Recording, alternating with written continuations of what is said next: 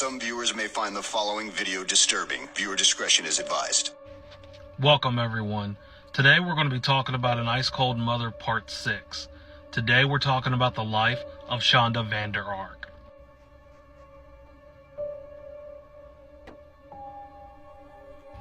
Not only would Shonda fill her entire house full of CCTV cameras, but she would also install this house with sensors as well.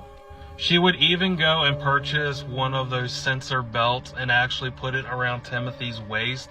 And if it was too big, she would actually purchase zip ties and would actually tie them around so they would actually fit him.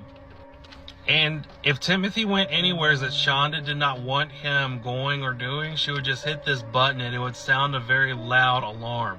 And because of Timothy's sensory impairment, he didn't like loud noises. It would actually frighten or distress him. And Shonda would just do this all the time just to distress Timothy. And it wouldn't be throughout the day either. If he would just move just slightly in the closet where Shonda was making him sleep, she would just sound this alarm. And earlier I mentioned that if the belt was too big on Timothy, that Shonda would actually purchase zip ties to tie it around in the back so that it would actually fit him.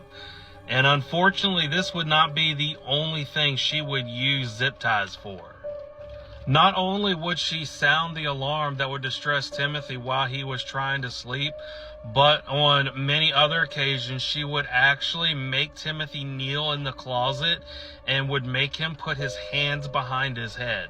And how she would keep his hands behind his head is she would actually use these zip ties to zip tie Timothy's wrists behind his head. And this is where Shonda would start using insomnia as a way of torturing Timothy. She would actually start making Timothy not sleep at night. And one thing that she would do is she would actually make Timothy get out of his closet and actually walk over to the wall and press his face up against the wall and would have to stay in that position all night.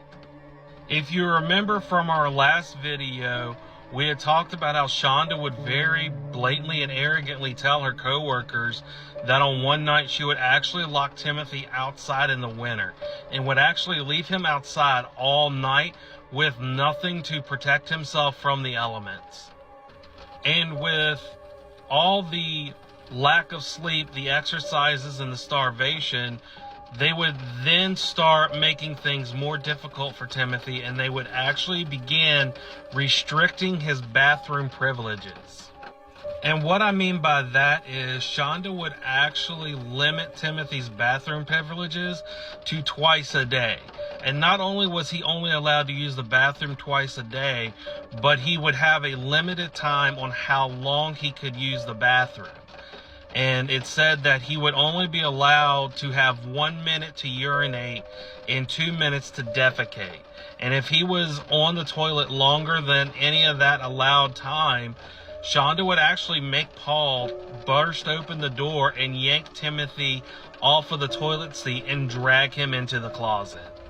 Now, I'm not sure if it was because of the constant sounding of the sensory alarms or if it was because he had limited time in the bathroom, but because of this and because of the fact that Timothy had bladder control issues, he would begin wetting the bed that he would have in his closet. And it is said that Shonda would be completely livid because he was wetting the bed.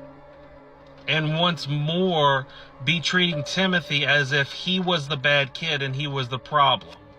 And Shonda's response to him wetting the bed is she would actually make Timothy quit wearing his clothes.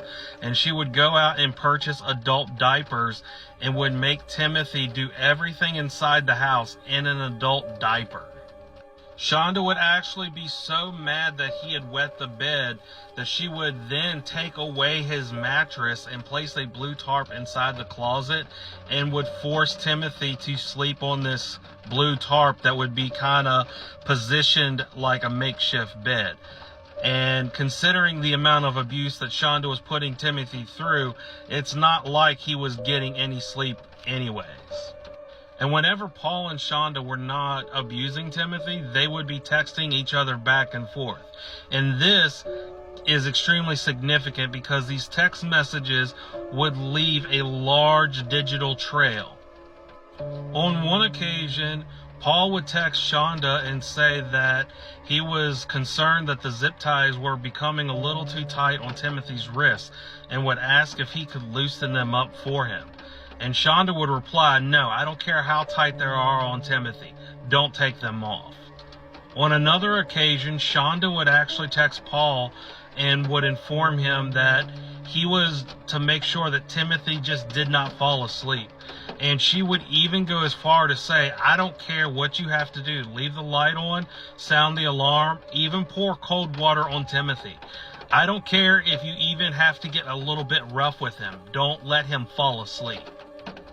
The fact that Shonda would go as far to say to Paul, "I don't care if you get a little rough with him," should tell you just how evil this woman is.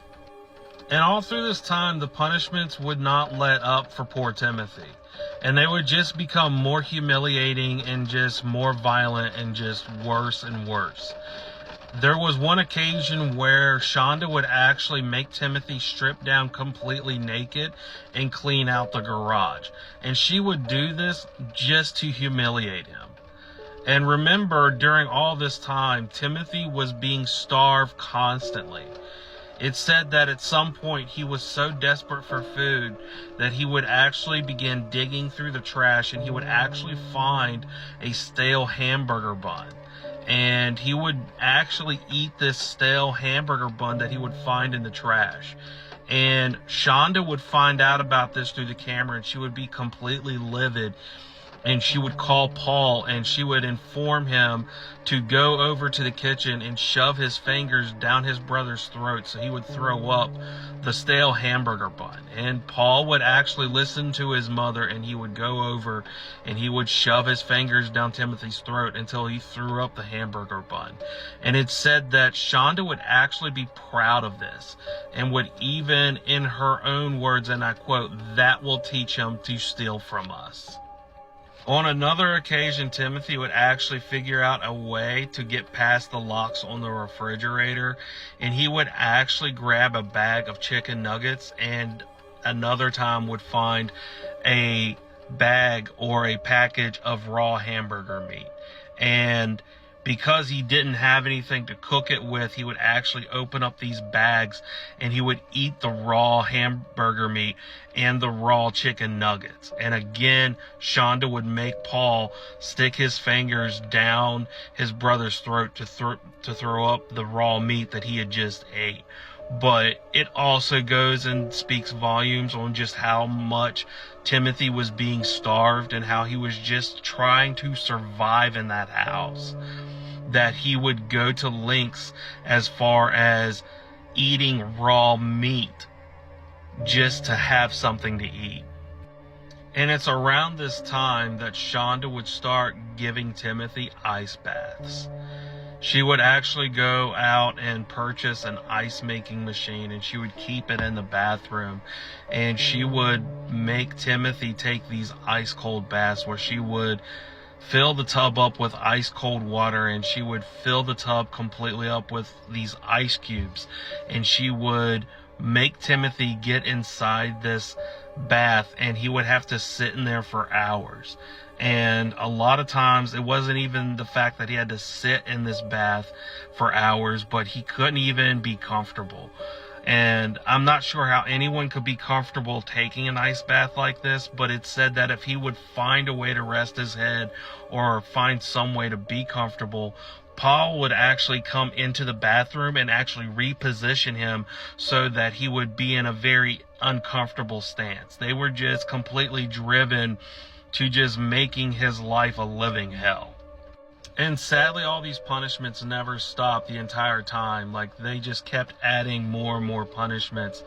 And unfortunately, they would add another punishment, which would be the very thing that would make this case famous. And that would actually be Paul and Shonda's use of a hot sauce that they would use on Timothy called Elijah's Extreme Regret.